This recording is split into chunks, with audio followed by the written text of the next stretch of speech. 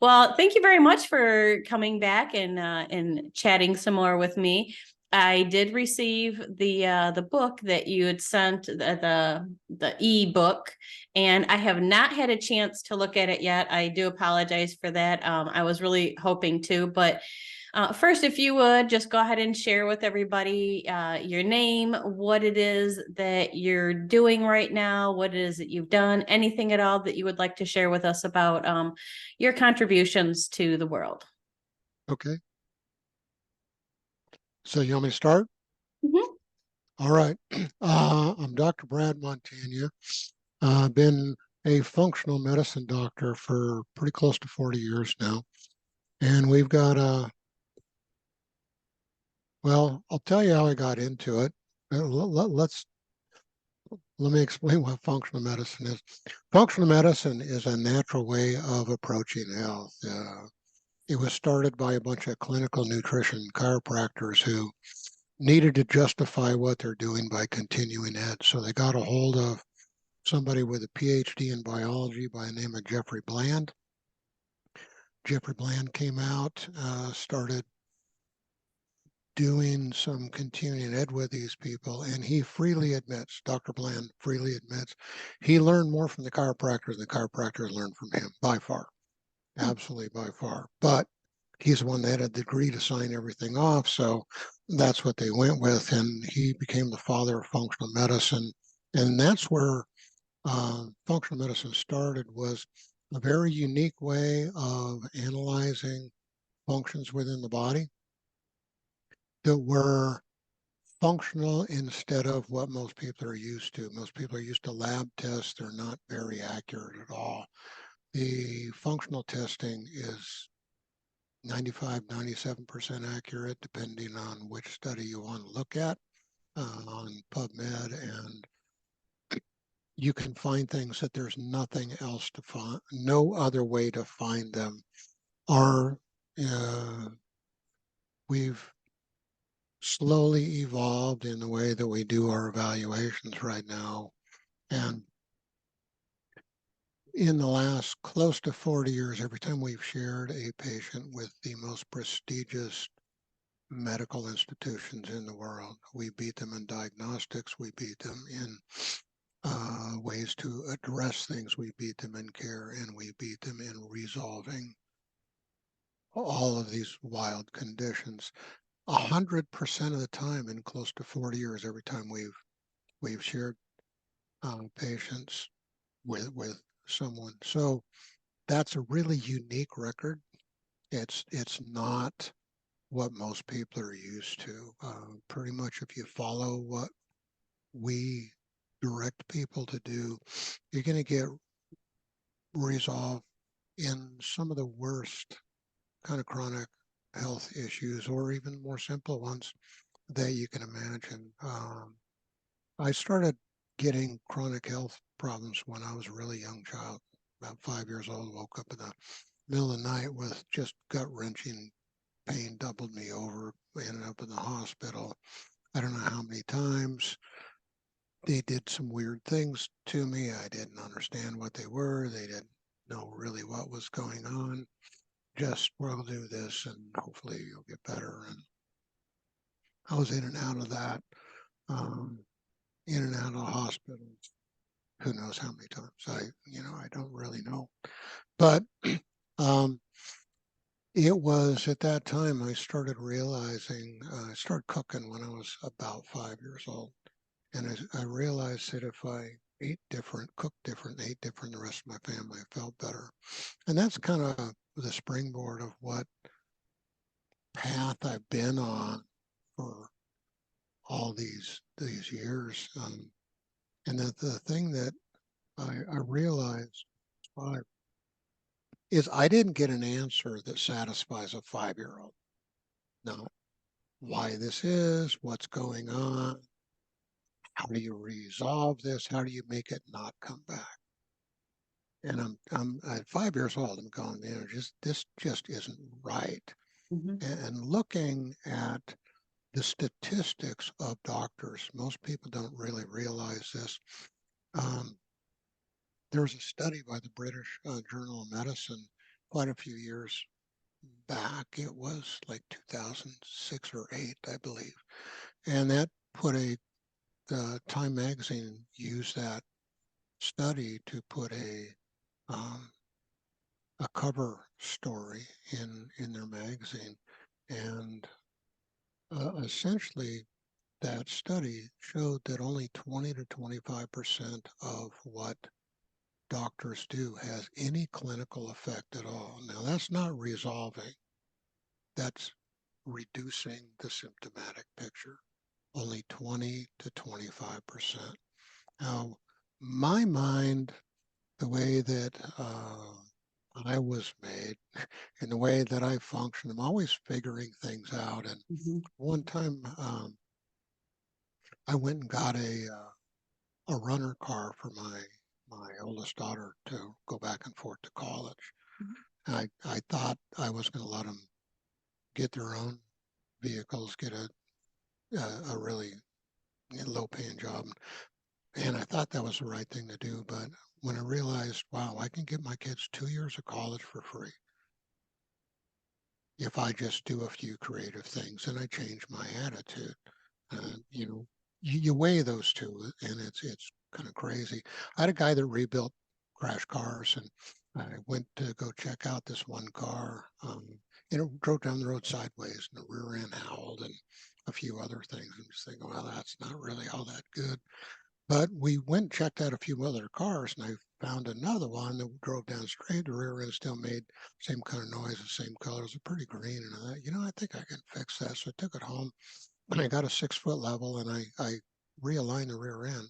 I was telling one of my brothers, who's a race engineer, about that, and he goes, "Well, you know how they align race cars, don't you?" I said, "No." He says, "All they use is a fishing line, a tape measure, and a level." And I said, "Okay, I got it." Then he goes, "No, let me tell you how to do that." And I said, "No, I got it."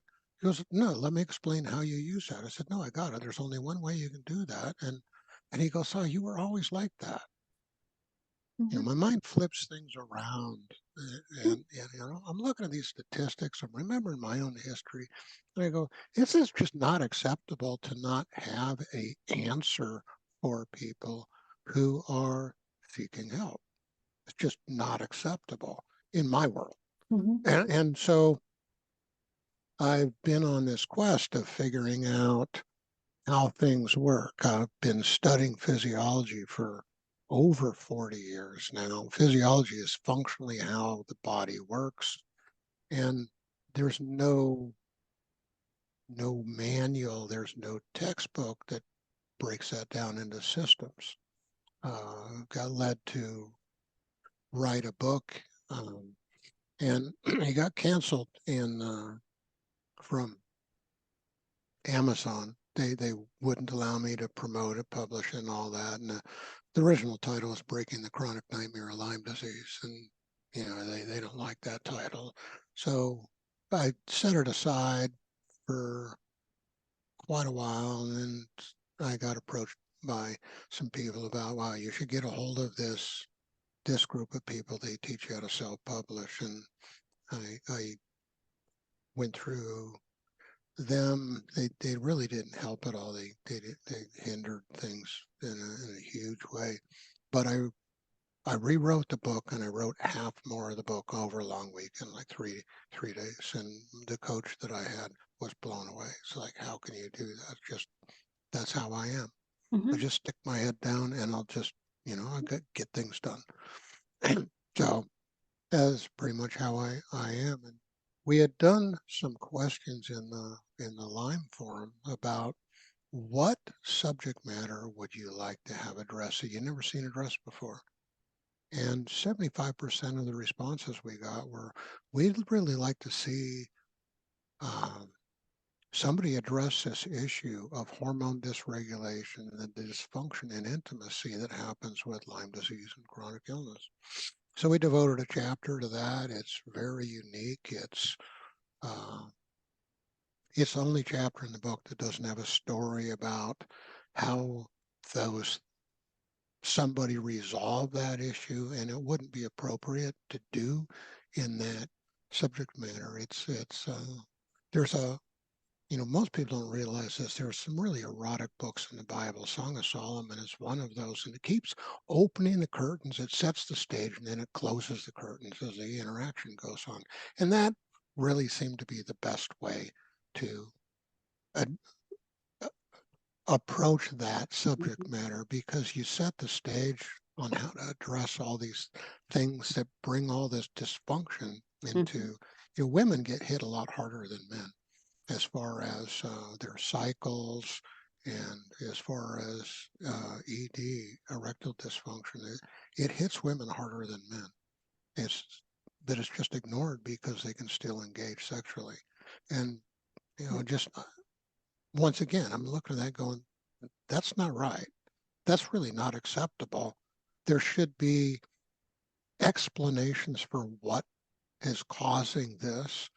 And once you figure out the cause, the answer on how to address it becomes really obvious. So the book, the group of people that I went through to republish it, they gave me direction to put a different title on, which Amazon canceled it again.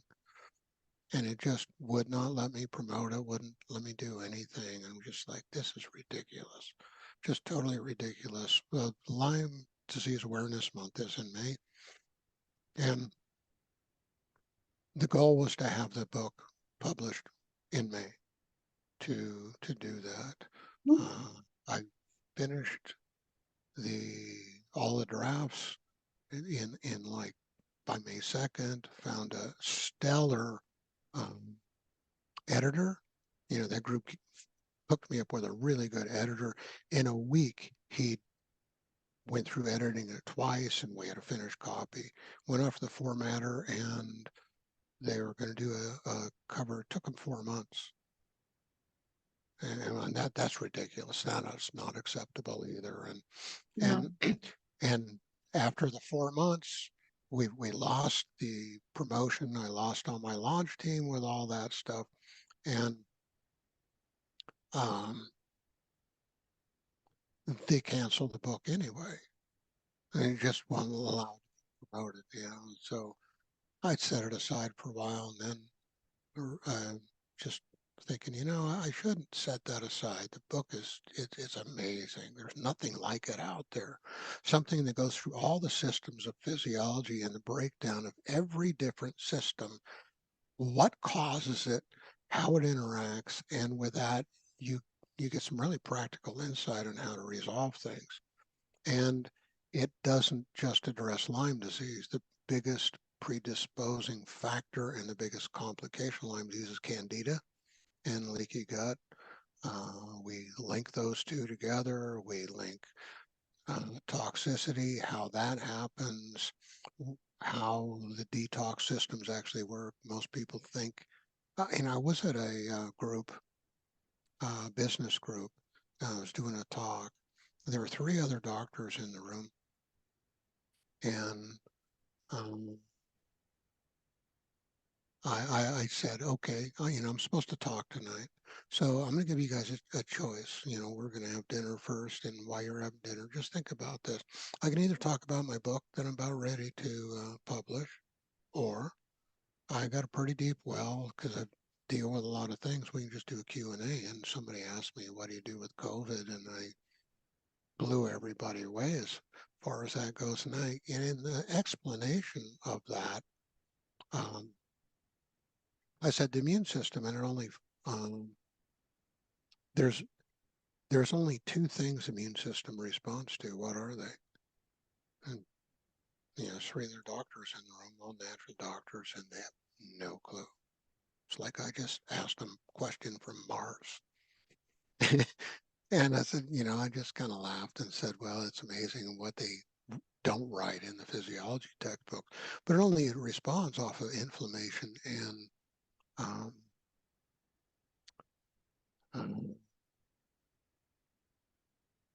they're basically the chemical signature. It's like a calling card of what different things are. Every cell has it. Every chemical has it. I'm surprised I can't think of the name of it right now, but that'll probably come to me shortly. Anyway, said it only responds to those two things. And talking a while later and said, you got 4 systems of detox in your body. What are they? And they guessed to say liver. They didn't know. The other doctors in the room didn't know. They could all give their commercial to promote what they did. They're textbook answers. You just, it's a cookbook answer of something that doesn't mean anything, but it's their sales pitch. And it has nothing to do with anything in the real world for somebody like you or your listener that's got a problem. It's like, what's that do for me? Well, you know, I approach everything and I put everybody through a system doing this. That doesn't work. 20 to 25% of the time it has some benefit. 85% of the time, 75 to 80% of the time it has no benefit whatsoever. It doesn't work. And I just, to me, that's not acceptable. So I go, okay, you know, somebody finally guesses liver. Said, so how about the other ones? The lining of the small intestine, it detoxes more than the liver does. The lining of the colon detoxes more than the colon does. And we got this microbial coating through our entire gut. It's way more extensive in the colon. It detoxes also, and it's the flora or the microbes in the colon that determine whether you're going to recycle your toxins or excrete them into the toilet. You know, when I'm looking at these people, and it's just like, these things aren't written in textbooks. You know, but all this stuff is in this book. And it's funny, a while back, 2 of my daughters both published some books, and my mom, she's 93. My oldest daughter trying to get her to buy a book, and my mom says, I'm not going to buy a book. And you know, a while later, she's got a bunch of friends with health issues and a bunch of relatives with a lot of health issues. And I just decided I'd just send her 6 books. And it's amazing what's gone on with that. She's gave one to her chiropractor, who said, I'm going to buy a box of these. Everybody should read one of these. Absolutely everybody should read one of these. I met her best friends out there.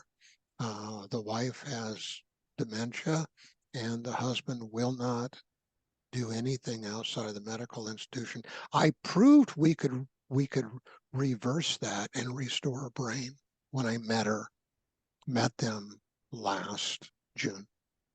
My mom's birthday is in June, and one of my brothers said, hey, why don't you meet me out of Mom's for her birthday this year? And, you know, he had a bunch of things planned on doing, and, you know, it was pretty cool, but we ended up meeting this guy. And I proved to him we could restore a brain, but he's just, most people don't realize that the connection people have with their doctors is more cultic than functional or anything else. It's weird how it is, but that's just a reality that some people realize. And so he just didn't want to interact, anything like that. But my mom gave him a book, and I got a couple of pictures of him reading the book as he was on vacation in Costa Rica out on the beach. And somebody starts talking to me, goes, hey, what's that? What's that book about? And he starts talking to him, and the person a couple of minutes later says, I just bought it. I just bought it. I had one person on my launch team, you know, which they read things and then they do reviews, and they're trying to help you get off. While one person really thought they needed to call me up, work with me to do some stuff. They read the book. I didn't know what kind of problem they had. They had some adrenal problems with diabetic issues. They followed what I have in the book, and they resolved their diabetes. Wow. We've had brittle diabetics that are completely unresponsive to insulin with blood sugars going crazy. One of the worst patients I had was a young girl. Her blood sugars were hitting 750 as she binged on sugar after school. Now, about 250 can kill you. She's 3 times that, and the doctor's going, oh, you eat whatever you want. We'll just control it with insulin. I'm going, you're going to kill her. You're going to kill her. So anyway, we've had brittle diabetics like that get off of their insulin and manage their sugars in their 80s. A bunch of them. We've had autoimmune issues that people have been working with the most prestigious institutions in the world, and they can't resolve anything. We had one guy recently, they'd killed his immune system. He had fungal infections inside. They had him on one of the most prestigious medical institutions in the world, had him on antifungals for 5 years, and they killed his immune system. His wife thought he was going to die. We started working with him. 5 weeks later, flu went through their house. That person got the lightest case of flu in the whole family. They got 7 children. So, that's pretty significant as far as that goes. And I asked them, do you know what that means? They go, no, what's it mean? So that means in 5 weeks, we've rebuilt your immune system. So it's the strongest in your entire household, not just, a little change. It's the strongest in your entire household. Wow, I didn't realize that. Well, that's what that means. We had a 5-year-old girl. This was recently too. She spent 5.5 days in a research hospital. She couldn't walk. She couldn't be touched. She just laid in bed and cried. They had no idea what was going on. They spent 5.5 days doing scans, tests, and all that. At the end of 5.5 days, they just looked at the parents and said, well, I think maybe you should take her to a rheumatologist. We have no idea what's going on here. Absolutely no idea. Her older sister that we'd worked with had begged her parents to work with us, with this girl that's 5 years old. So they called us up, had them run some paperwork, and we worked late in the afternoon. We figured out everything that's going on with her. And she was full of candida. She was full of Lyme disease, all kinds of co-infections, food intolerance. Every system in her was just upside down, completely upside down. We figured out what was going on, how to address it. They had some product where they could start things. The next day she was out of bed. 3 days later, she's outside. And 6 months later, she's healthier than she's ever been in her entire life. And that's a consistent story with us in everything that we address, at everything that we do. Most of the people we work with Lyme disease, probably close to 80% of them have no idea they have it.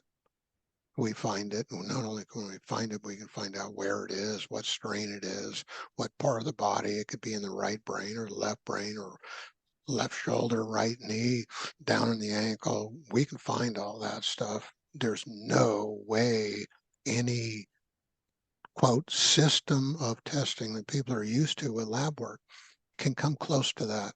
They did a study years ago. I think it was 172 patients, 516 blood draws, I think. They took triple blood draws of all these people, carefully labeled the samples, and sent those blood samples off to the best Lyme labs in the world. Of the 516, I think it was, samples that they tested, sometimes one lab got 3 samples, sometimes 3 different labs got 1 sample. Of all of those tests, there's not 2 tests that had the same result out of all that. And people don't realize it. The accuracy of lab tests for Lyme disease are 0 to 20% accurate.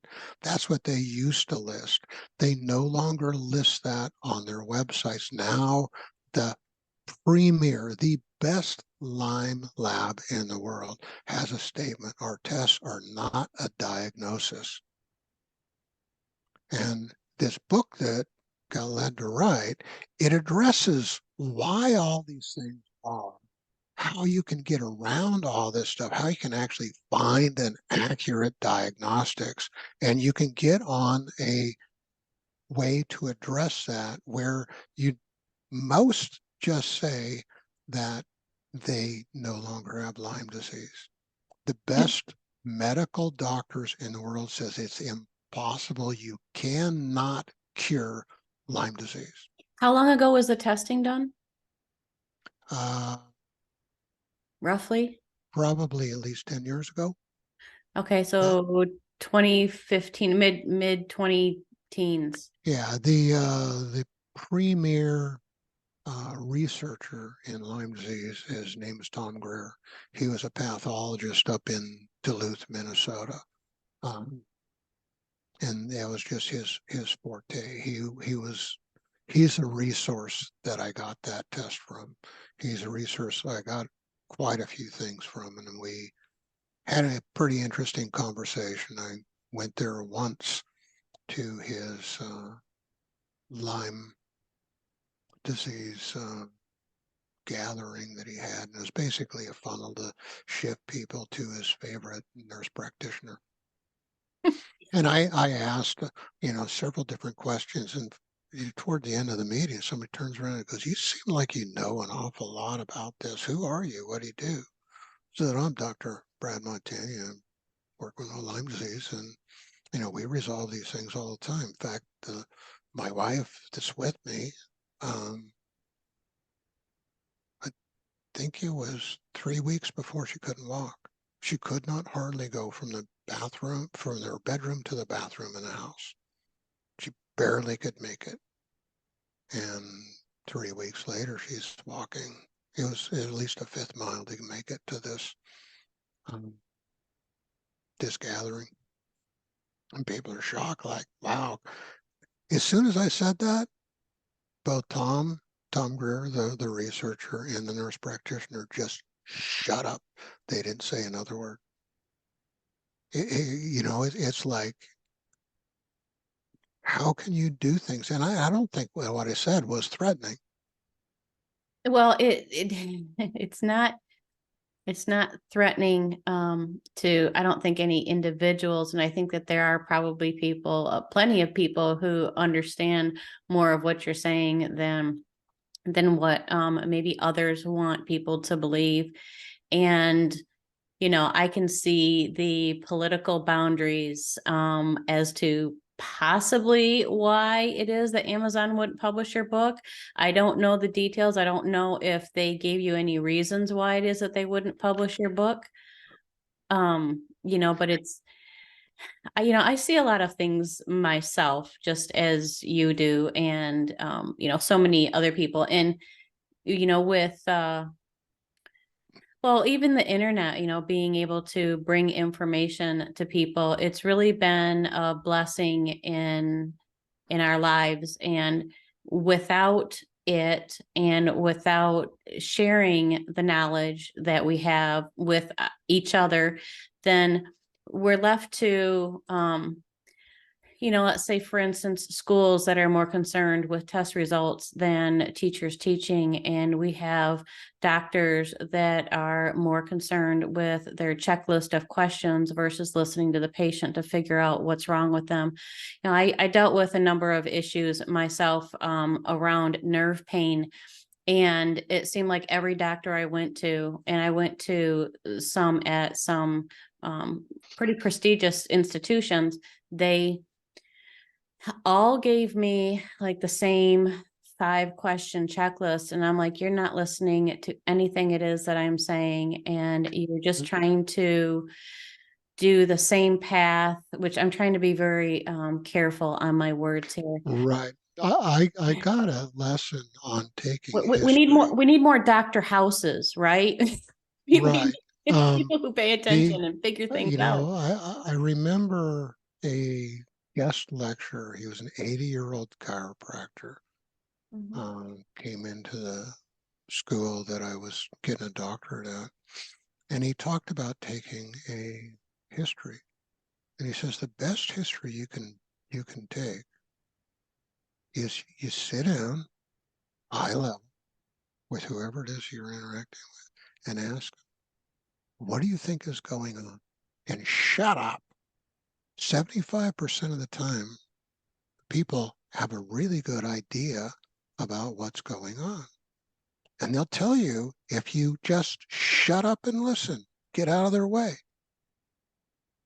That's the one thing that you're saying. I realized that when I was 5 years old, and everybody that I talk to is the same thing. Doctors will not communicate. They won't dialogue at all. And this is the reason why I was blown away. I'm the amount of continuing education I have is crazy. It's just crazy. But I remember this guy coming in. He was a head administrator in a research hospital, pretty highfalutin hospital. And he was talking about the average medical doctor's visit, what they're like. He says they show up at the door, they open a chart, they start looking at the chart. In 6 seconds, they're formulating their opinion of what's going on. They haven't even seen anybody. Mm-hmm.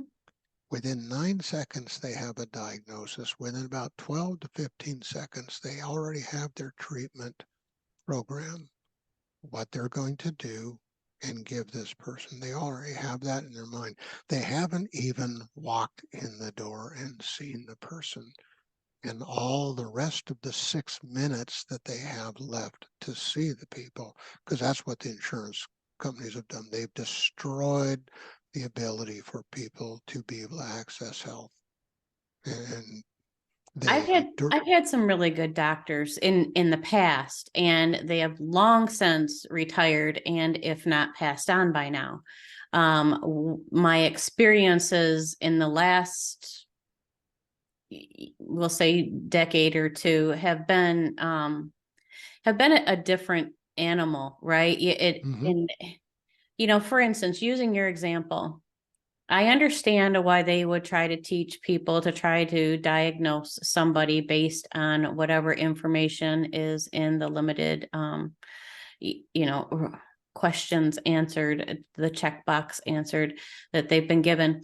But what if they weren't allowed to look at that chart until after they actually talked to the person instead? What if they flipped it around? I wonder if they would come up with the same diagnosis. I wonder if they would provide the same treatment plan. I'll share this with you because this was a mind blower for me. I had some people come in. They had just come back from Mayo Clinic, one of the most prestigious medical institutions in the world. They'd been doctoring at a different place, weren't able to get anything. They brought all their charts with them.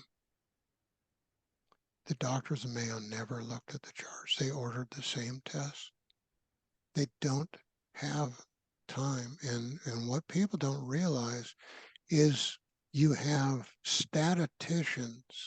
It used to be nurses, now it's just statisticians working for insurance companies that tell doctors what they can and can't do, how much time they can spend, and the CDC limits what they can do with whatever it is that they've found. So it used to be you could, when you were young, you could go to a doctor and he could spend, or she could spend as much time as they needed with a person to figure things out. Mm-hmm. They have no more than 15 minutes. Most of them are down to 6. They have to see a new person every 6 minutes. So they got to, within that 6 minutes, they've got to read the chart, go in the room, interact with that person, close the conversation, walk out, and be at the next chart. Mm-hmm. An insurance company has created that. That's not the doctor's, it's insurance company, but it completely ties their hands. And we look at what's going on with COVID, things like that. If a doctor steps outside of what the CDC says, his license or her license is threatened, their livelihood is threatened, and Do you think it's crazy. Yeah, do you think this is just in Western medicine? Because I know, Eastern medicine and different countries have different medical practices. And, with the more recent events, it concerns me about, how it is that we're going to be allowed to share information regarding our health in different alternative ways other than, check boxes in Yeah, order to heal people. your question is really good. In the book, I cover that. This is the reality. There's a little red book called the Merck Manual. It's probably maybe 6 by 8, average size of a paper book, back book. Within that, you got signs, symptoms, and lab tests. That'll lead you to the diagnosis. Most people don't realize a diagnosis is just an insurance code so a doctor can bill your insurance. That's all it is. Mhm, Doesn't tell you what's going on, how it got there, how to resolve it. It's just something so they can bill for mhm, their services, period. So that's what the medical doctors are directed by. The CDC basically mandates that they do that, and they can't stray very much from that. You look at all of the other aspects of alternative healthcare, the naturopaths, chiropractors, homeopaths, Chinese medicine. You look at all that.